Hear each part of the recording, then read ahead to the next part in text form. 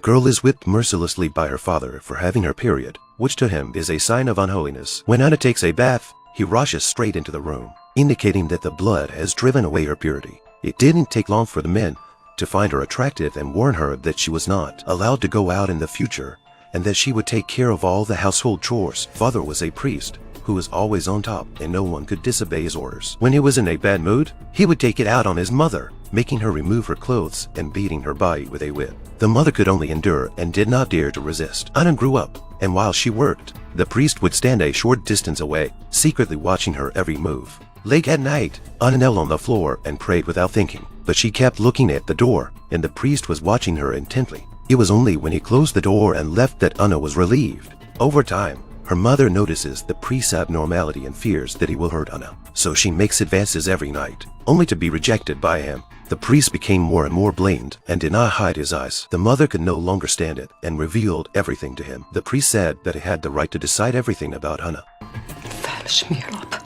It was the first time that the mother scolded him, and the priest drew the whip he carried with him to teach her a lesson. The mother's screams came, and Anna took it all in her stride. Immediately afterwards, her mother was taken to the blacksmith's house, where she was given a live mouth gag and even locked in a lock as punishment for saying the wrong thing. The priest stood on the stage to give a speech, and Anna looked at her mother and blamed her for being too cowardly. If she were herself, she would never have lived like this. It would have been better to die. Hearing this, her mother was so upset that she left her seat. While the priest was speaking eloquently, her mother fell from the sky and ended her life. The priest was very angry and thought that she had defiled this sacred church and would be punished even in hell. Anna couldn't control her emotions and shed tears. The person who loved her the most in the world had just left her. On that day, Anna saved the men who were badly wounded and put them in the pasture to heal, bringing them food every day. But one of them was always staring at Anna lewdly, and his companion couldn't stand it, so he asked Anna to give him a rope. A man was going to the bathroom when suddenly a pair of hands came up from above and put a rope around his neck. The man struggled desperately, but to no avail. He kicked open the toilet door and Anna stood in the doorway and watched as he was strangled to death.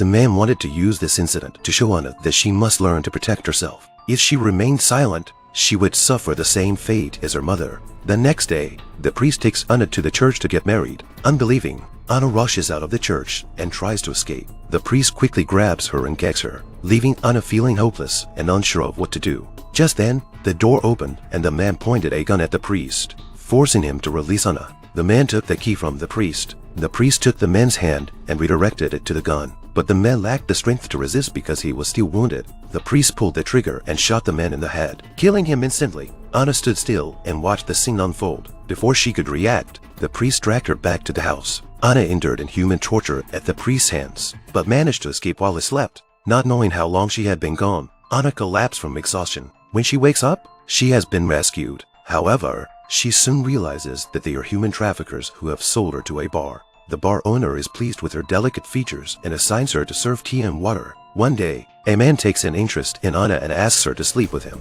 Another woman steps in, treats Anna like a sister and takes care of her. But the man is determined not to let Anna go. Unable to bear seeing Anna hurt, the woman pulls out a pistol and shoots her dead. As a result, the woman was punished by being publicly hanged as a warning to all women to obey orders. Anna is devastated. In order to survive in this society, she decides to take over the woman's job and make sure that at least her basic needs are met in this place. A few years passed, and one day, a wealthy customer came to the bar and rented the whole place. Anna looked down curiously and recognized the man. It was the priest. She was trembling with fear. The bar owner told everyone to go downstairs and take care of this guest. This woman was so beautiful, and with the blindfold, she became even more mysterious. The priest watched her with rapt attention and reached out to touch her back. The familiar touch confirmed her identity as Anna, and he took her back to his room. The priest hadn't changed a bit over the years. He whipped Anna with a belt, and her screams echoed through the room. The woman quickly pushes the door open to check on her, and the priest tries to attack her. She slashed his cheek with a dagger, enraging the priest. He stabbed her in the heart, killing her instantly.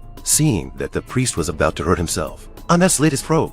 She soon realized that killing the priest would mean her own death. Looking at the woman's lifeless body, Anna came up with a plan. She changed clothes with the woman, burned her face, and decided to live as her. Since the woman was mute, Anna cut out her own tongue. She escaped the town and moved to a new one where she met her current husband. Her husband doesn't mind that she is mute, and they enter the realm of marriage and create the fruit of love. However, Anna's peaceful life is shattered while she was praying in church. A familiar voice echoed in her ears. She looked up and found the priest miraculously alive, with scars on his face. The next day, Anna's flock was found slaughtered, and she knew this pastor was responsible. She decides to confront him and seek closure. But no one is at the priest's house, and Anna realizes something is wrong. She rushes home and finds her husband dead. The priest set fire to the house, and Anna had to flee with her daughter. Unexpectedly, the priest caught up with them. Anna threw a kerosene lamp at him, which immediately caught fire. Finally, Anna was arrested for murder and jumped into the river, ending her life.